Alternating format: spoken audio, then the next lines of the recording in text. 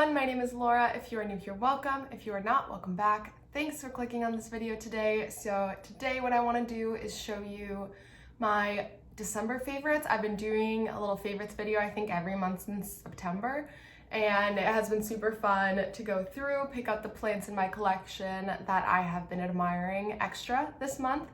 And so I'm back in December to do another one. I have a few plants to show you that I have been loving. And before we get started, like and subscribe if you haven't already, because you should if you like my videos. If you don't, then don't. But if you like my videos, then do it.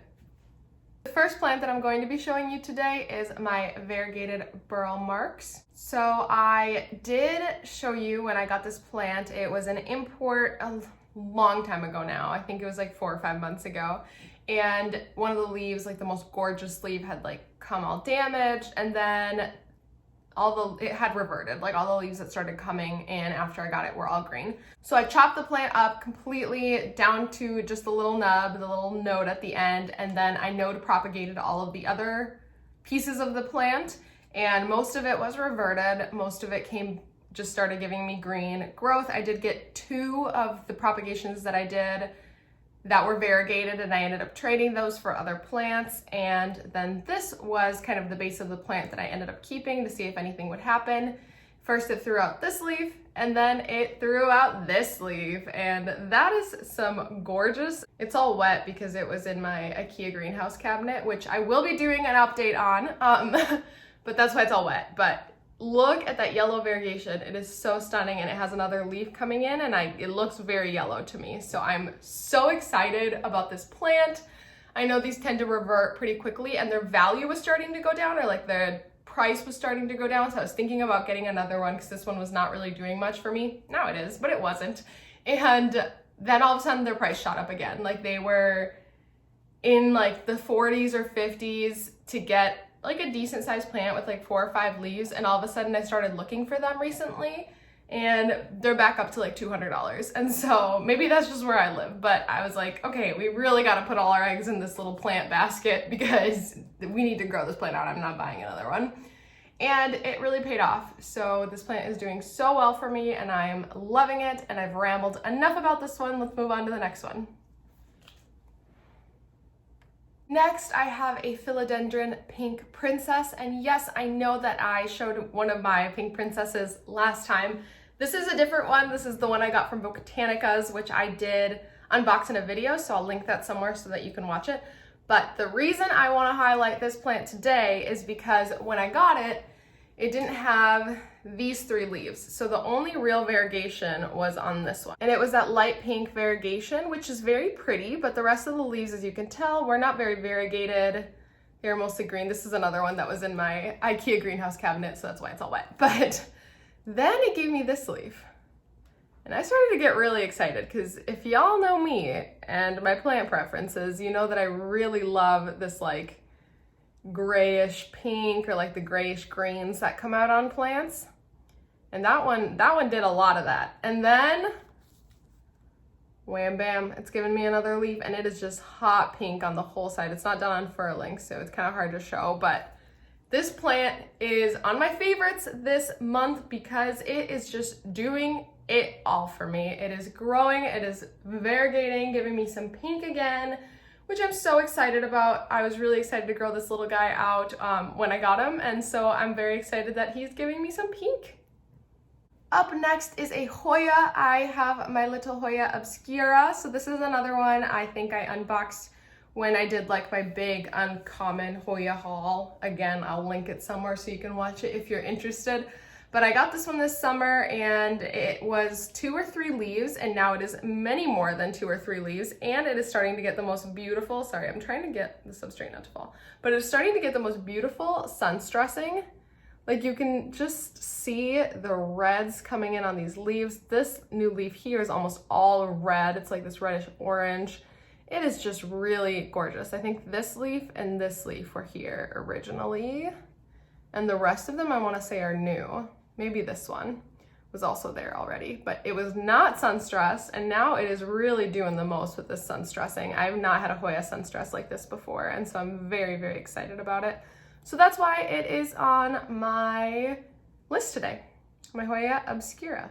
Next on my list is my micans hanging basket. So I do have a few micans scattered throughout my house because they are so beautiful.